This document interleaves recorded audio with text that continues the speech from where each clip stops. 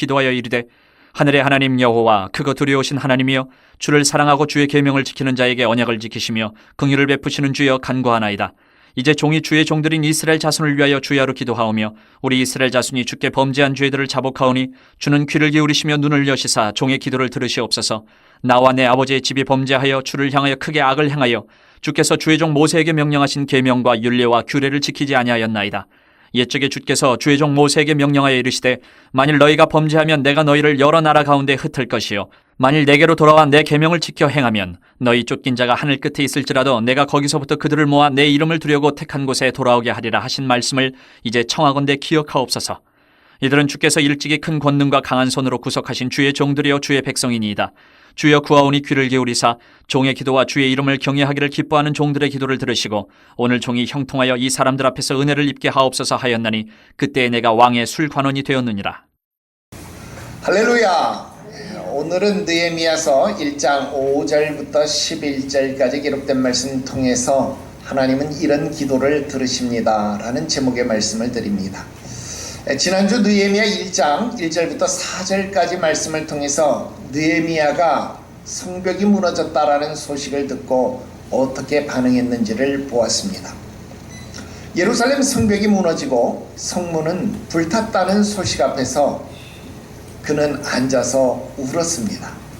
마치 우리가 일제강점기를 맞이하고 많은 이들이 앉아서 울었던 것처럼 수일 동안 슬퍼하며 금식했습니다.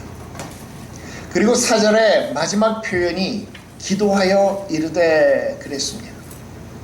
소식을 들었고 금식했고 기도했습니다. 그래서 오늘 본문 1장 5절부터 11절은 그 기도하여 이르되 이후의 내용이 됩니다. 느헤미야가 실제로 무엇을 기도했는지 그 기도의 전체 내용이 바로 오늘 본문의 내용입니다. 우리는 기도가 중요하다라는 것을 알고 있습니다. 그런데 어떻게 기도해야 하는지는 막연해할 때가 너무도 많습니다. 무언가 절박한 상황이 오면 기도는 하는데 기도하면서도 이게 맞는 기도인지 확신이 없을 때가 있다는 겁니다. 오늘 느헤미야의 기도는 기도의 실제 내용 또 그 구조를 가장 선명하게 보여주는 본문 말씀 중에 하나입니다. 그런데 오늘 이 기도를 보기 전에 한 가지를 먼저 분명히 해야 합니다. 오늘 말씀의 제목이 하나님은 이런 기도를 들으십니다 라고 했는데 이렇게 기도하면 반드시 응답받는다 라는 어떤 그런 기도의 공식이 아니라는 겁니다. 여러분, 응답에는 공식이 없습니다. 느헤미야의 기도는요, 하나님을 향하고 있었고 죄를 인정하고 말씀으로 현실을 해석하며 하나님의 뜻 안에서 순종함으로 나아가는 기도였습니다. 바로 그런 기도를 하나님이 들으신다, 하나님이 들으시는 기도의 성격을 말씀드리려고 하는 겁니다. 오늘 그 기도의 내용 우리 함께 살펴보도록 하겠습니다. 4가지 말씀드립니다. 첫 번째로 하나님의 성품에 근거한 기도를 들으신다라는 겁니다.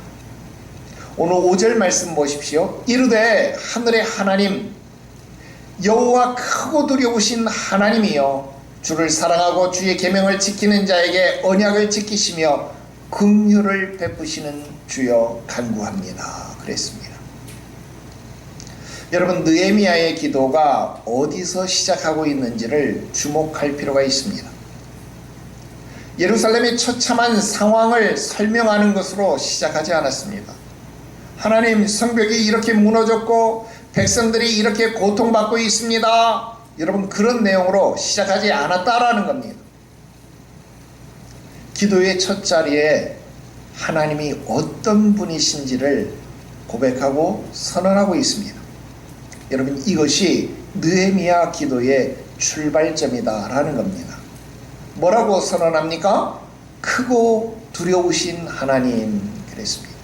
여러분, 크고 두려우신 하나님, 이 표현은요 신명기 10장 17절 다니엘서 9장 4절 여러분 여러 번 성경에서 하나님의 백성이 위기 앞에서 어떻게 나아가야 하는지를 설명할 때 그 하나님을 부르는 호칭이 되었더라 하는 겁니다.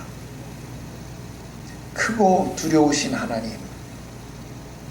여러분, 무너진 성벽이 크게 느껴집니까?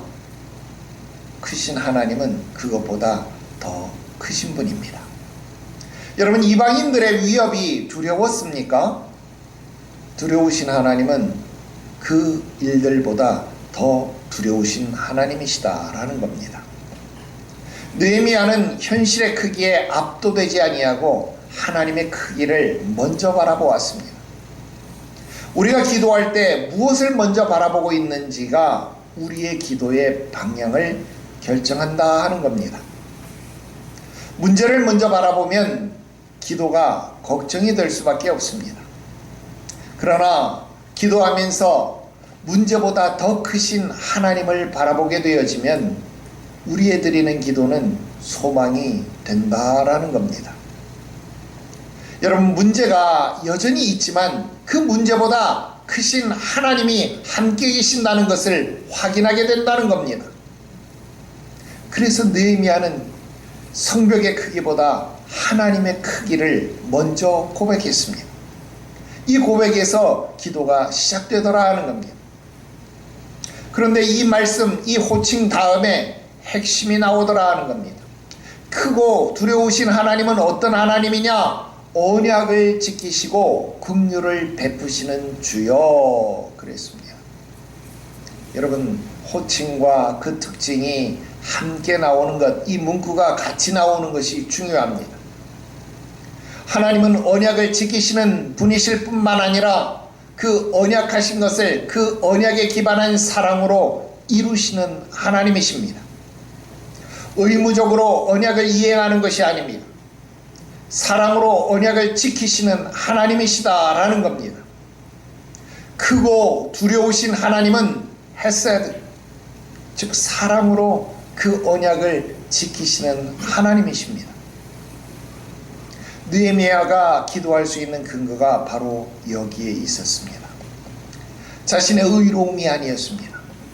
자신의 능력이 아니었습니다. 언약을 지키시는 하나님의 성품이었습니다. 하나님이 언약을 지키시는 분이기 때문에 나는 기도할 수 있다라는 겁니다. 하나님이 헤세드, 즉 언약적 사랑으로 자기 백성을 대하는 분이시기 때문에 우리가 기도할 수 있다는 겁니다. 여러분, 이런 고백이 없이 드리는 기도는 그저 막연한 소원을 아뢰는 것일 뿐입니다. 그러나 이 고백에서 드리는 기도는 그 언약에 근거한 간구가 되어진다는 겁니다. 우리는 내 필요의 목록으로 기도를 시작할 때가 얼마나 많은지 모릅니다. 그러나 하나님은 우리에게 그 크신 사랑으로 역사하시고 우리를 통하여 주장하시는 하나님이시다라는 겁니다. 하나님, 이게 필요합니다. 저것도 필요합니다. 아이 문제가 있습니다. 사업의 문제가 있습니다. 건강의 문제가 있습니다. 예. 그러나 느헤미야는 그런 나의 필요를 아뢰는 목록으로 하나님께 나아간 것이 아니었습니다. 느헤미야는 먼저 하나님을 고백했습니다. 하나님이 어떤 분인지를 먼저 선언했다라는 겁니다. 우리 기도의 깊이는 하나님에 대한 지식의 깊이와 비례한다라는 겁니다. 내가 하나님을 얼마나 알고 있느냐, 여러분, 그것이 우리의 기도의 토대를 결정합니다. 비단 기도뿐입니까? 아닙니다. 신앙도 마찬가지입니다. 우리 기독교 강의 배웠습니다. 창조주 하나님을 아는 지식이 충만하면 충만할수록 구속주 하나님을 찾게 되어지고 구속주 하나님으로 말미암아 은혜를 받는 비결을 우리가 깨닫게 되어진다라고 하는 겁니다. 그러므로 하나님이 어떤 하나님이신지를 깨닫는 것, 여러분, 그것은 정말로 중요한 일이 아닐 수 없습니다. 하나님을 부르는 그 첫 자리에 하나님의 성품에 대한 지식이 있어야 합니다.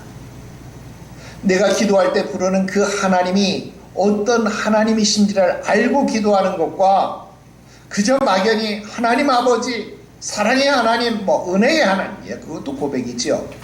그렇게 부르는 것은 정말 다를 수 있습니다. 하나님의 크고 두려우심, 또 그 국률로 언약을 지키시는 분이심을 알고 드리는 기도, 그리고 모르는 기도, 모르고 드리는 기도, 천지 차이다라는 겁니다. 느헤미야는 내 사정이 이렇습니다가 아니라 하나님은 이런 분이십니다. 여러분, 이 고백으로 시작했다 하는 겁니다. 두 번째 말씀 드립니다. 공동체의 죄를 자신의 것으로 고백하는 기도를 하나님은 들으신다라는 겁니다. 여러분, 6절과 7절 말씀을 보십시오. 이제 종이 주의 종 이스라엘 자손을 위하여 주야로 기도하오며 이스라엘 자손의 죄들을 자복하오니 우리 주께 범죄하였나이다. 나와 내 아버지의 집이 범죄하였나이다. 우리가 주를 향하여 크게 악을 행하여 주께서 주의 종 모세에게 명령하신 계명과 율례와 규례를 지키지 아니하였나이다. 자, 뭐라고 합니까? 이스라엘 자손의 죄들을 자복합니다 그랬습니다. 그래서 이스라엘 자손의 죄를 열거할 줄 알았더니 여러분, 곧바로 이어서 뭐라고 말하는 거예요? 내 아버지의 집이 범죄했습니다. 우리가 주께 범죄하였습니다. 여러분, 이렇게 기도했다라는 겁니다. 즉, 이스라엘 공동체가 지은 죄를 나의 죄로, 우리 집의 죄로, 우리 모두의 죄로 끌어안았다라는 겁니다. 여러분, 지금 느헤미야가 어디에 있습니까? 수산궁에 있었다. 우리 앞에서 살폈습니다.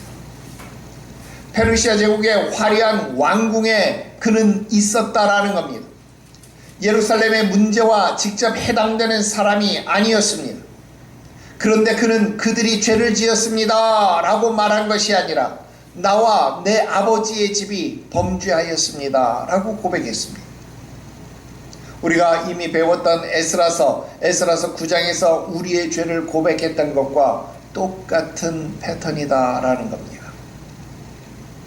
공동체의 죄를 자기의 죄로 끌어안는 것, 바로 이것이 중보자의 자리이고 기도의 핵심이다 하는 겁니다. 여러분, 이게 왜 중요할까요?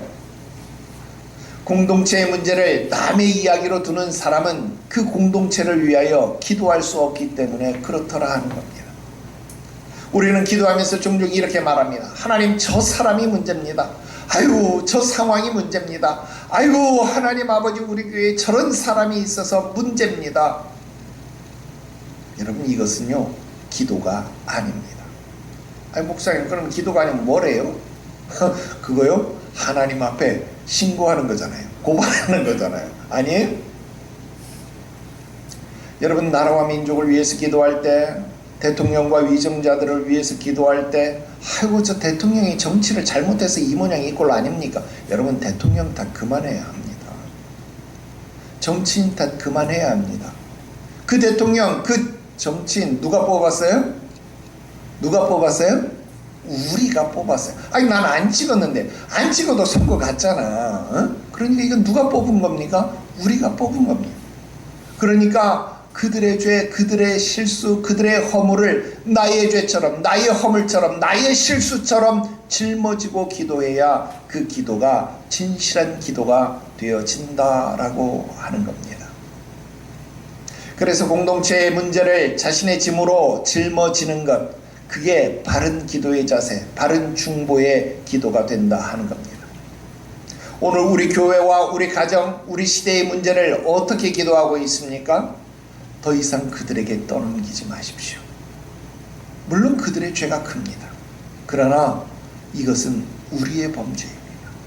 우리가 깨어서 기도하지 못했고, 우리가 깨어서 이 나라를 살피지 못했고, 가슴에 품지 못했기에 이러한 일들이 일어난다라는 겁니다. 하나님을 심판자로 세워서 하나님, 저 사람이 문제입니다 라고 신고하고 고발하는 기도, 그리고 하나님 앞에서 마치 내 죄인 양 내 죄를 회개하고 자복하는 기도, 여러분, 어떤 기도가 하나님 보시기에 옳은 기도가 되겠느냐 하는 겁니다. 여러분, 기도는 남의 죄를 지적하는 데서 시작되면 안 됩니다. 공동체의 죄 앞에서 먼저 자기 자신을 하나님 앞에 세울 수 있어야 합니다. 계속 말씀 보십시오. 주야로 기도하오며 그랬습니다. 여러분, 수일 동안 밤낮으로 지속된 고백이었다라는 겁니다. 그냥 한 번 기도하고 끝난 것이 아닙니다. 매번 매순간 주야로 계속하여 기도했다라는 겁니다. 1장 1절 말씀에 보면 기스르월에 이 소식을 들었는데 2장 1절 니산월에 왕 앞에 나아간다라는 겁니다. 여러분, 그 기간이 어느 정도 차이라고요? 약 4개월 정도의 차이라고 이야기를 했습니다. 그러면 느헤미야는요, 지금 4개월 동안 밤낮으로 이 고백을 하나님 앞에 드렸다라는 겁니다. 참된 중보의 기도는 이처럼 시간을 따지는 것이 아닙니다. 기간을 따지는 것이 아닙니다. 예배당에 앉아서 잠시 감동받아서 기도하다가도 집에 돌아가면 잊어버리는 기도 아닙니다. 그 공동체의 무게가 계속 내 기도를 붙들고 있어야 합니다. 또 말씀 보십시오. 계명과 율례와 규례를 지키지 아니하였나이다. 세 가지 표현 연속적으로 나옵니다. 우리 이거 신명기에서 이미 배운 바 있습니다. 계명, 율례, 규례, 그게 무엇이냐? 각각의 차이도 있고 또 이것을 하나로 보기도 합니다. 그래서 동일하게 모세율법을 가리키는 다양한 표현으로 이해하면 됩니다. 그런데 굳이 여기서 이렇게 같은 동의어와 같은, 그러니까 하나님의 율법, 모세율법을 가리키는 그 단어를 3번씩 같은 단어로 반복하는 이유 뭡니까? 여러분, 강조의 의미도 있고 이스라엘의 백성들의 죄가 삼중으로 저질러진 범죄라고 하는 것을 은연중에 암시하고 있다라는 겁니다. 이 세 단어 물론 각각으로 살펴볼 수 있습니다. 여러분, 율법 그러면 이건 무엇이었습니까? 우리가 공부를 했었습니다만 율법은요, 모세의 율법, 하나님께서 그들에게 주신 언약 백성에게 지키도록 요구된 특별한 조건인 그 율법, 계명을 말하는, 그래서 계명과 율례와 규례였는데 계명은 바로 그 10계명을 말하는 겁니다. 율례는 뭡니까? 율례는 반복될 수 없을 만큼 아주 단단하게 고정된 것, 확정된 것, 규정된 것, 뭐 절기나 이런 것을 말하는 거죠. 그런 규정되는 것을 말합니다. 그리고 규례는 뭡니까? 규례는 자기 신분에 합당하게 행동하는 규범, 또는 선악을 분별을 하도록 가능하게 해주는 그 기준이라고 우리가 배웠습니다. 어디서? 신명기서에서. 여러분 다 잊었겠지만 그렇게 배웠다 하는 겁니다. 각각의 뜻도 있고, 여러분 하나로 그냥 하나님의 율법, 그렇게 의미를 해석해 볼 수도 있습니다. 여러분, 율법이 모든 국면들이 다 이 3가지 안에 내포되어져 있다? 그렇게 말할 수 없습니다. 반대로 여러분, 이것이 율법이니까 이게 말씀 전체를 가리키는 표현으로 우리는 그렇게 이해하면 됩니다. 그런데 이걸 아까처럼 3개를 따로따로 하나하나 구분해서 특정한 죄목을 지목하는 것으로 파악할 수 있느냐? 그러면 좋은데 그렇지 않아도 됩니다. 지금 느헤미야가 말하고 싶은 건 무엇입니까?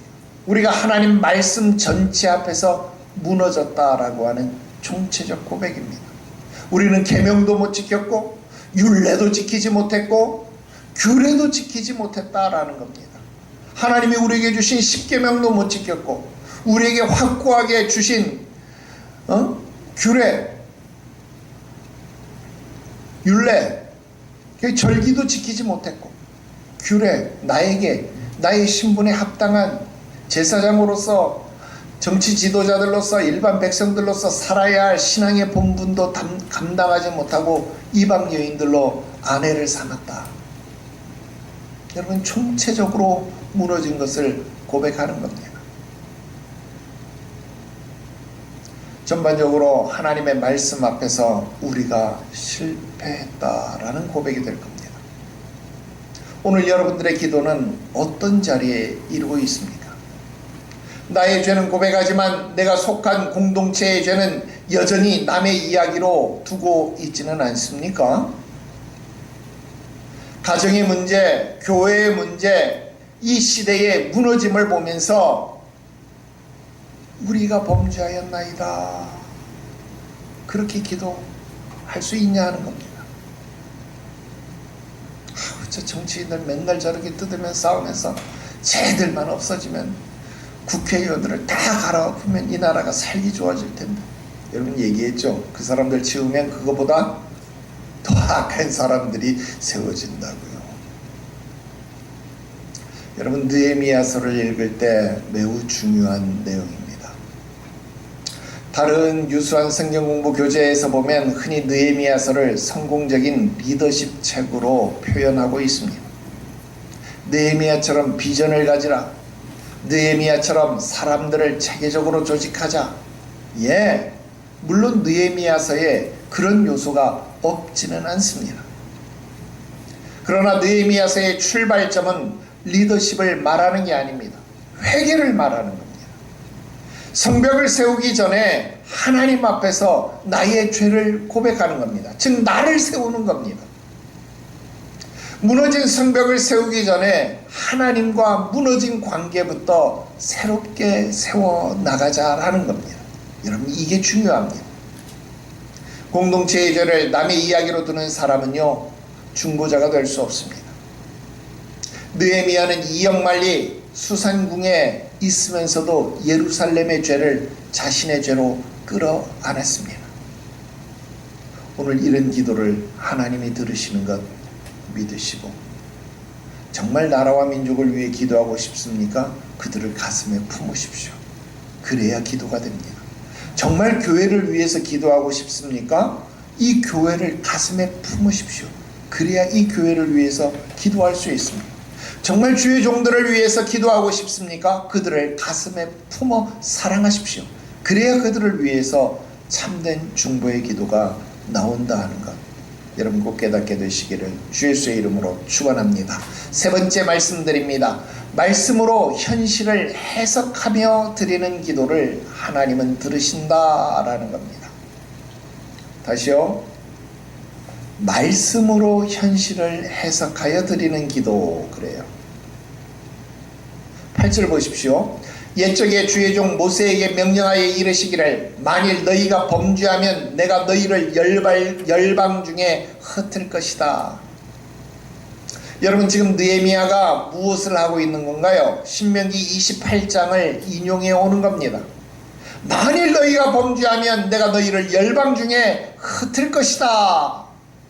여러분, 이것은 신명기 28장 64절에 언약적 심판이 선언된 내용입니다. 그런데 이것은 단순한 성경 구절을 인용하여서 드리는 기도가 아닙니다. 여러분, 말씀으로 기도해야 된다, 말씀을 의지해서 기도해야 된다, 그렇게 이야기하니까 마치 성경 구절을 인용하면서 기도하면 그것이 말씀을 의지해서 말씀대로 기도하는 것으로 착각하더라 하는 겁니다. 느헤미야는 지금 예루살렘의 무너진 성벽을 말씀을 통해서 파악하는 겁니다. 읽고 읽는 겁니다. 여러분, 이게 핵심입니다.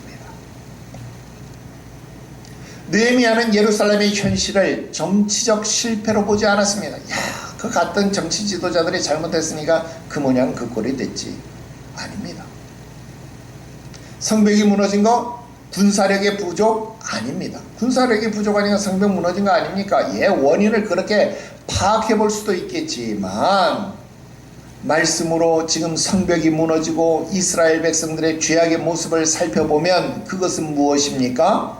그것은 하나님이 언약하신 심판의 내용이었다라는 겁니다. 그러니까 지금 신명기서에서 하신 말씀이 그대로 이루어진 거라는 겁니다. 성벽이 무너진 것은 하나님의 실패가 아니었습니다. 하나님의 말씀 그대로 되어진 겁니다. 왜? 이스라엘이 범죄했기 때문에. 이스라엘이 범죄하면 하나님이 그들을 세계 열방 가운데 흩으시겠다 했는데, 여러분, 그 흩으시겠다 한 대로 이루어져서 여러분 나라가 망했고 백성들은 포로로 바벨론으로 끌려갔다라고 하는 겁니다. 그 말씀하심이 현실에서 그대로 이루어진 것이다 라는 겁니다. 여러분, 이것이 말씀으로 현실을 해석한다라는 의미입니다. 우리는 현실을 먼저 보고 그 현실에 맞추어서 하나님의 말씀을 생각할 때가 정말 많습니다. 아이고, 하나님, 이렇게 된 것 보니까 하나님이 나를 버리신 것 같습니다. 아이고, 일이 안 되는 것을 보니까 하나님이 오늘도 일하시지 않는 것 같습니다. 여러분, 지금 이건 뭐예요? 내가 현실을 가지고 하나님의 말씀을 재단하고 해석하는 겁니다. 순서가 바뀐 겁니다. 현실이 말씀을 해석하는 것이 아니라 말씀을 통해서 현실을 해석해야 된다라는 겁니다. 느헤미야는 바로 이 방향으로 나아간 겁니다. 여러분, 같은 현실이라고 할지라도 어떤 관점으로 읽느냐에 따라서 전혀 다른 해석이 나올 수 있습니다. 여러분, 뉴스의 해석으로 읽으면 정치적 실패입니다. 그러나 하나님의 말씀의 관점으로 살펴보면 이것은 언약의 심판이 된다라는 겁니다. 그리고 그 해석이 가능하기 때문에 기도가 그렇게 바뀌는 겁니다. 그런데 느헤미야가 기도할 때 이런 심판의 현실 심판이 이루어진 상황으로만 끝낸 것이 아니었습니다. 9절 말씀으로 이어집니다. 만일 내게로 돌아와 내 계명을 지켜 행하면 너희 쫓긴 자가 하늘 끝에 있을지라도 내가 거기서부터 그들을 모아 내 이름을 두려고 택한 곳에 돌아오게 하리라. 이 말씀을 기억해 주십시오. 멋지지 않습니까? 신명기 30장 1절부터 5절까지 기록된 회복의 약속을 지금 느헤미야는 머릿속에 담은 겁니다. 하나님, 우리가 회개하면, 우리가 돌이키면, 우리가 하늘 땅 끝까지 흩어져 있다 할지라도 하나님이 내 이름을 두시려고 택하신 곳 어디? 예루살렘으로 우리를 부르시겠다 약속하지 않으셨습니까? 여러분, 정말 멋진 기도가 아닐 수 없다 하는 겁니다. 여러분, 회복도 그냥 나의 소망을 담아서 하나님 우리를 돌이켜주세요, 우리를 회복시켜주세요가 아니라 그 회복마저도 하나님의 말씀을 통하여서 이루어지기를 소망하는 겁니다. 흩어지는 것이 하나님의 말씀대로 된 일이라고 한다면 회복도 하나님의 말씀대로 될 수 있다라는 겁니다. 같은 말씀 안에 흩어짐도 있고 회복도 있습니다. 흩어짐을 예언한 그 말씀이 동시에 회복을 약속한 말씀이 되었더라 하는 겁니다. 그래서 느헤미야의 기도는 절망적인 기도가 아니라 그 말씀 때문에 소망을 품을 수 있는 기도가 되었다라는 겁니다. 그러니 하나님 앞에 드리는 기도가 뭡니까?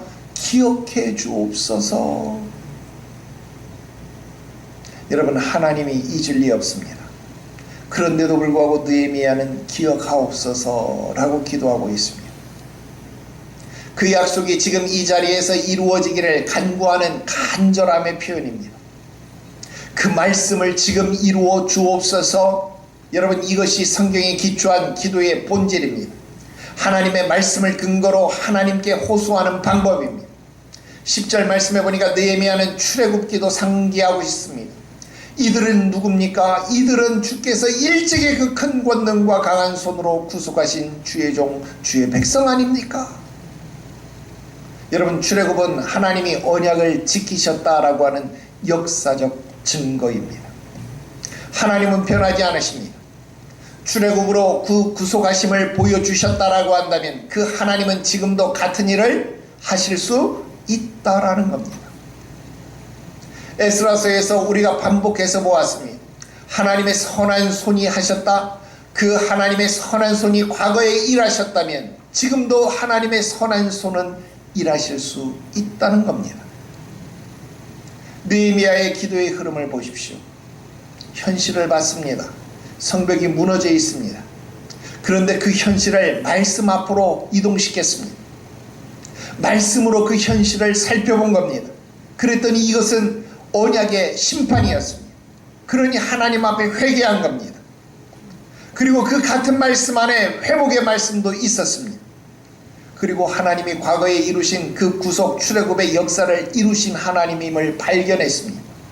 여러분, 이 흐름이 느헤미야를 절망의 상황, 수일 동안 슬퍼서 금식하며 울 수밖에 없는 그 상황에서 소망의 자리로 옮겨가더라 하는 겁니다. 여러분, 이것이요 신앙인과 그렇지 않은 사람의 차이라고 할 수 있습니다. 똑같은 현실을 보면서도 다른 것을 본다라는 겁니다. 여러분, 직장이 어렵고 세상이 어려우니까 불신자들은 뭐라고 말합니까? 아유, 경기가 나빠서 그렇지 뭐. 여러분, 경기가 나빠서라고 말합니다.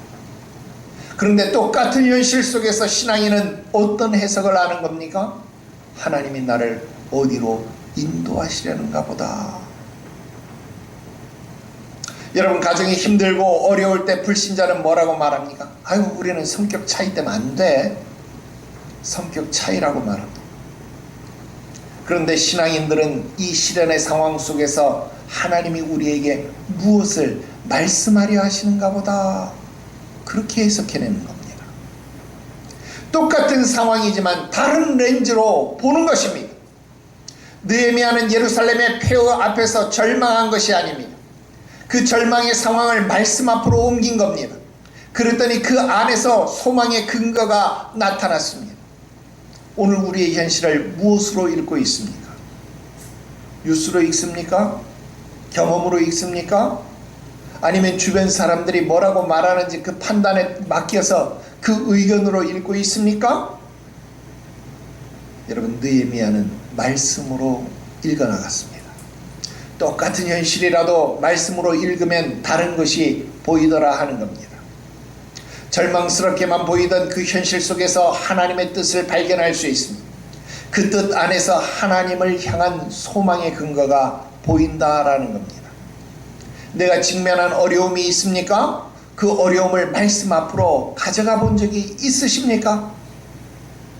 이 상황을 하나님이 어떻게 보고 계신지 여러분 성경에서 찾아본 적이 있느냐 하는 겁니다.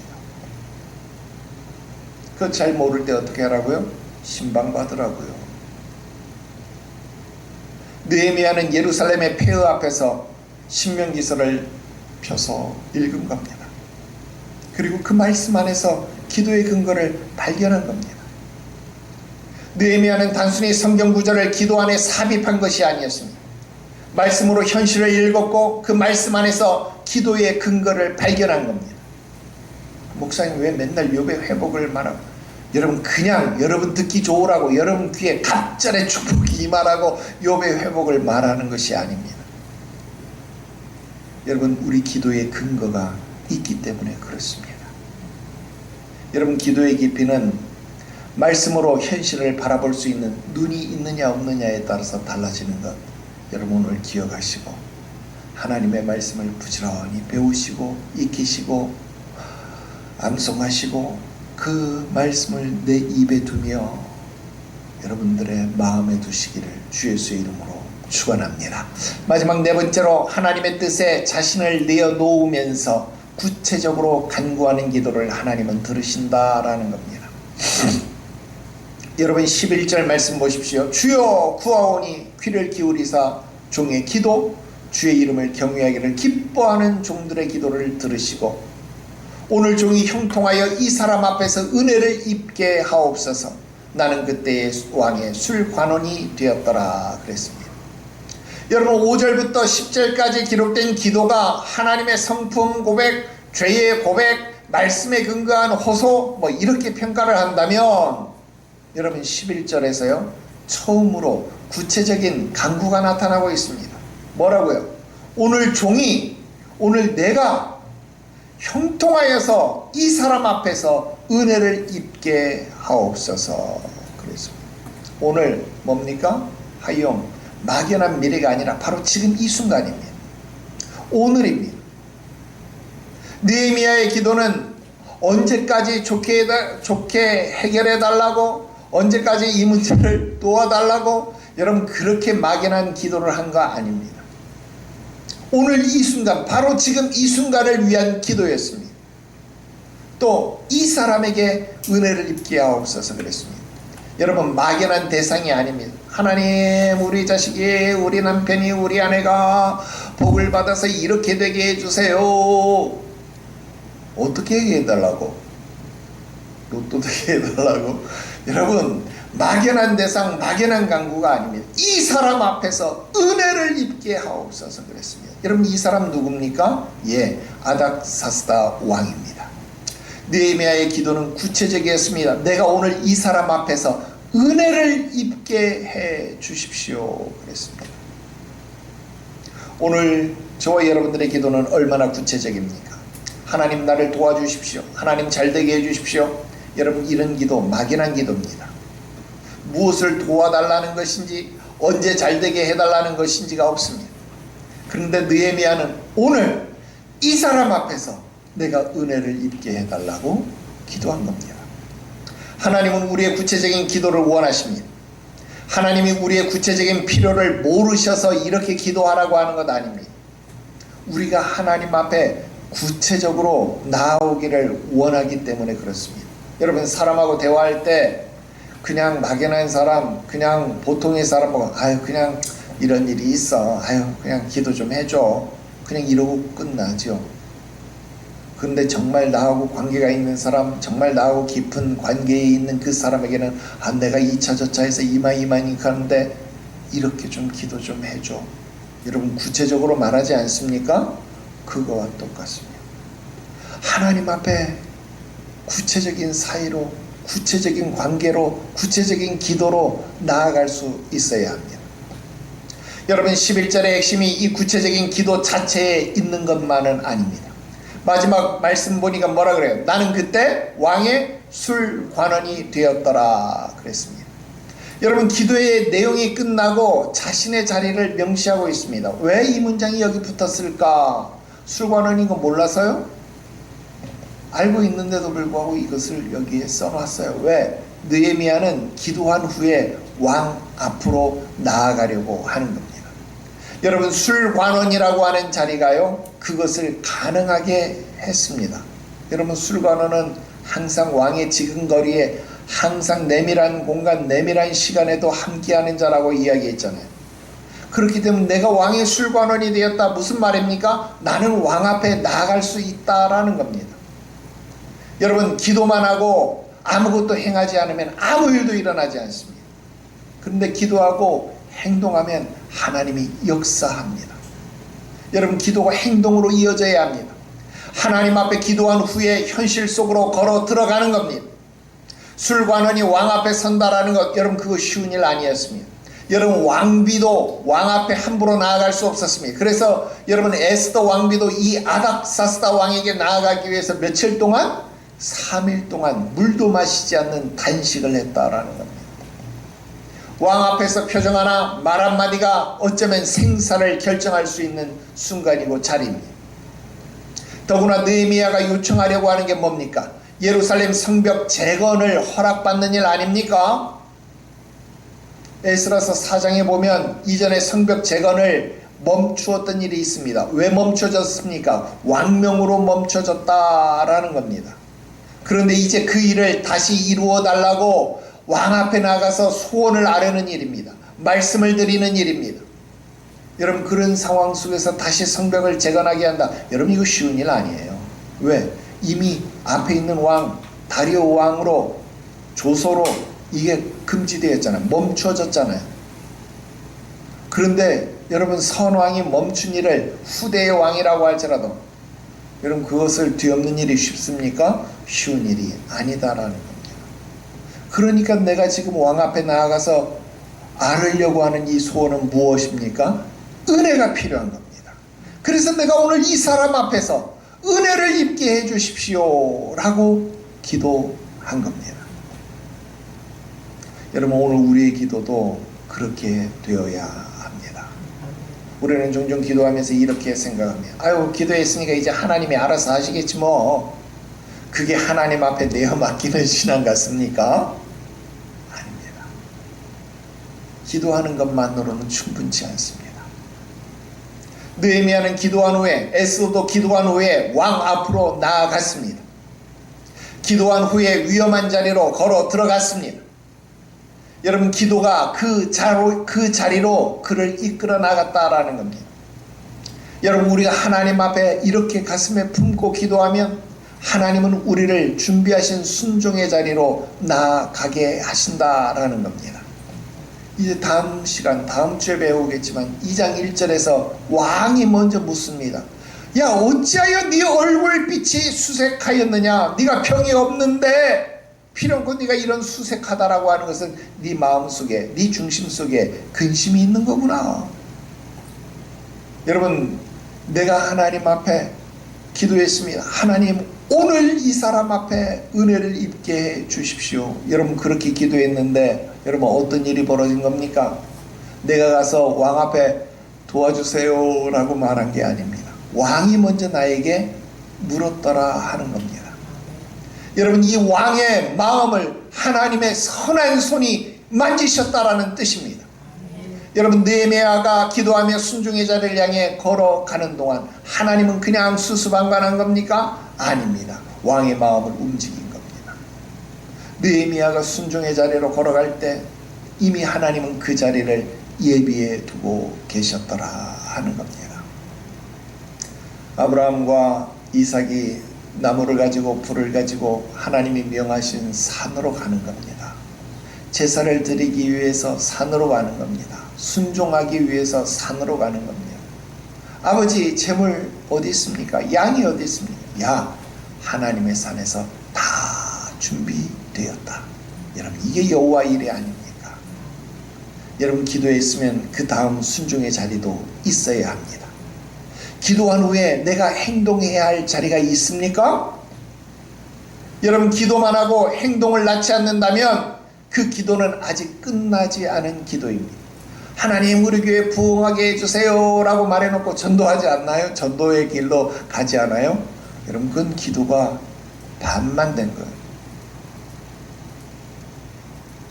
여러분, 기도와 행동의 관계를 혼동하시면 안 됩니다. 기도를 많이 했으니 내가 할 일은 다 했다? 아니요. 기도 없이 먼저 행동하는 것 잘못입니다. 또 기도만 하고 행동하지 않는 것, 그것도 잘못입니다. 느헤미야는 이 균형을 정확하게 보여주었습니다.